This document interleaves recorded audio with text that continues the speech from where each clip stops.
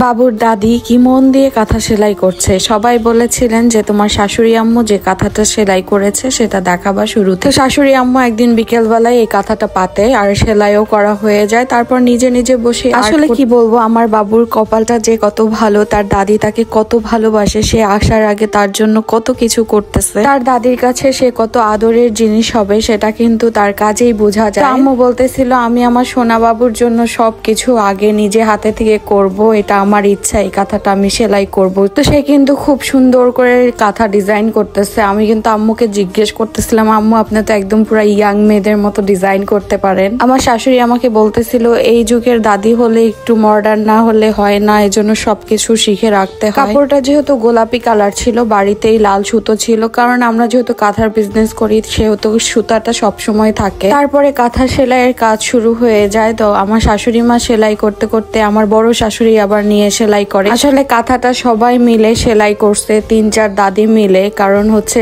একটা কাঁথা সেলাই করতে সময় লাগে, রান্না বান্না অনেক অনেক কাজ থাকে সংসারে। আর একটা কথা না বললেই নয়, যে এই কাপড়টা দেখতে পাচ্ছেন সেলাই করা হচ্ছে কাঁথা, সেটা আমার দাদি শাশুড়ির পরার কাপড় ছিল, শাড়ি, সেখান থেকে বানানো হয়েছে। তো তার পছন্দের শাড়িটাই সে দিয়ে। মাশাআল্লাহ, সব দাদি মিলে সেলাই করার পরে কত সুন্দর লাগছে কাঁথাটা। দেখেন, এটা আমার বাচ্চার জন্য স্পেশাল একটা কাঁথা হয়ে থাকবে সারা জীবন।